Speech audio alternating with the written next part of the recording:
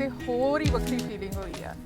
ਇੰਨਾ ਪਿਆਰ, ਇੰਨਾ ਸਤਿਕਾਰ, and right from the core of our hearts we are saying this ਕਿ ਜਾਣ ਨੂੰ ਦਿਲ ਸਾਰੇ ਧਰਮਾਂ ਦਾ ਇੱਕ ਹੈਗਾ, ਭਾਵੇਂ ਅਸੀਂ ਸਿੱਖ ਹੈਗੇ ਭਾਵੇਂ ਮੁਸਲਮਾਨ ਹੋਣ। ਇੱਥੇ ਦੇਖੋ ਅਸੀਂ ਹਾਜੀ ਸਾਹਿਬ ਦੀ ਮੀਆਂ ਮੀਰ ਜੀ ਦੀ ਦਰਗਾਹ ਤੇ ਬੈਠੇ ਹਾਂ। ਸਾਨੂੰ ਲੱਗ ਰਿਹਾ ਆਪਣੀ ਅਸੀਂ ਗੁਰੂ ਘਰ ਸੁਪਨੇ ਵਿੱਚ ਵੀ ਨਹੀਂ ਦੇਖਿਆ ਸੀ ਕਿ ਅਸੀਂ ਆਵਾਂਗੇ। ਇੱਕ ਸਾਡੀ ਡ੍ਰੀਮ ਪੂਰੀ ਹੋ ਗਈ ਸਾਡੇ ਸਾਰੇ ਜੱਥੇ ਦੀ।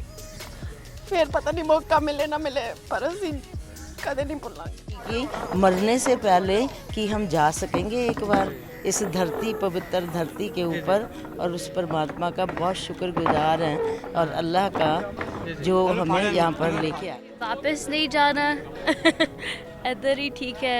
वी हैड बहुत ज़्यादा फन किया सीगा, बहुत सारा लर्न किया सीगा। ਰਜਿੰਦਰ ਸਿੰਘ ਹੈਗਾ ਤੇ ਮੈਂ ਵੈਨਕੂਵਰ ਸ਼ਹਿਰ ਤੋਂ ਆਇਆ, ਕੈਨੇਡਾ ਤੋਂ। ਤੇ ਇੱਥੇ ਆ ਕੇ ਸਾਨੂੰ ਇੰਨਾ ਚੰਗਾ ਲੱਗਿਆ ਕਿ ਅਸੀਂ ਤੁਹਾਨੂੰ ਦੱਸ ਨਹੀਂ ਸਕਦੇ। ਇੰਝ ਲੱਗਦਾ ਜਿਸ ਤਰ੍ਹਾਂ ਅਸੀਂ ਆਪਣੀ ਕੰਟਰੀ ਵਿੱਚ ਹੀ ਬੈਠੇ ਹਾਂ, ਔਰ ਇੰਨਾ ਪਿਆਰ ਸਤਿਕਾਰ ਲੋਕਾਂ ਨੇ ਸਾਨੂੰ ਦਿੱਤਾ ਹੈ ਕਿ ਅਸੀਂ ਉਹ ਭੁੱਲ ਨਹੀਂ ਸਕਦੇ। ਪਿਆਰ ਲੈ ਕੇ ਜਾ ਰਹੇ ਆ ਲੋਕਾਂ ਦਾ, ਬਹੁਤ ਰਿਸਪੈਕਟ, ਬਹੁਤ ਪਿਆਰ ਦਿੱਤਾ ਲੋਕਾਂ ਨੇ ਸਾਨੂੰ।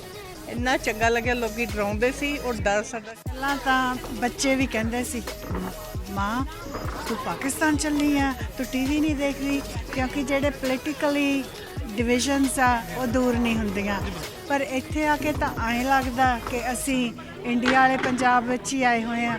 ਔਰ ਖਾਣਾ ਸਾਡੇ ਮੈਂ ਦੱਸ ਨਹੀਂ ਸਕਦੀ ਕਿ ਅਸੀਂ ਹਲਵਾ ਖਾ ਖਾ ਕੇ ਕਮਲੇ ਹੋ। ਜਾਊਗੀ ਕਿ ਸਾਰਾ ਕੁਝ ਉਹੋ ਜਿਹਾ ਤੇ ਉਹਦੇ ਨਾਲ ਬਿਹਤਰ ਹੈ। ਉੱਧਰ ਜਾਂਦੇ ਆ ਸਾਨੂੰ ਖਤਰਾ ਹੈ ਕਿ ਪੱਗਾਂ ਵਾਲੇ ਆ, ਸਰਦਾਰ ਆ, ਸਾਨੂੰ ਪੁਲਿਸ ਵਾਲੇ ਰੋਕਦੇ ਨੇ, ਉਹ ਅਬਿਊਜ਼ ਕਰਦੇ ਨੇ, ਰਿਸ਼ਵਤ ਮੰਗਦੇ ਨੇ। ਇੱਧਰ ਆ ਕੇ ਸਾਡੀ ਇੱਜ਼ਤ ਹੋ ਰਹੀ ਹੈ। ਸੋ ਜਦੋਂ ਇਹ ਇਨਫੋਰਮੇਸ਼ਨ ਉੱਥੇ ਵਾਪਸ ਪਹੁੰਚੇਗੀ ਤਾਂ ਉਹਨਾਂ ਦਾ ਵੀ ਆਪਣੇ ਆਪ ਹੀ ਦਿਲ ਕਰ ਰਿਹਾ ਕਿ ਅਸੀਂ ਵੀ ਆਵਾਂਗੇ, ਆਪਣੇ ਬੱਚਿਆਂ ਨੂੰ ਲੈ ਕੇ ਆਵਾਂਗੇ, ਆਪਣੀ ਜ਼ਮੀਨ, ਆਪਣੇ ਜਿਹੜੇ ਗੁਰੂ ਧਾਮ ਉਹਨਾਂ ਨੂੰ ਫਿਰ ਉਹਨਾਂ ਨਾਲ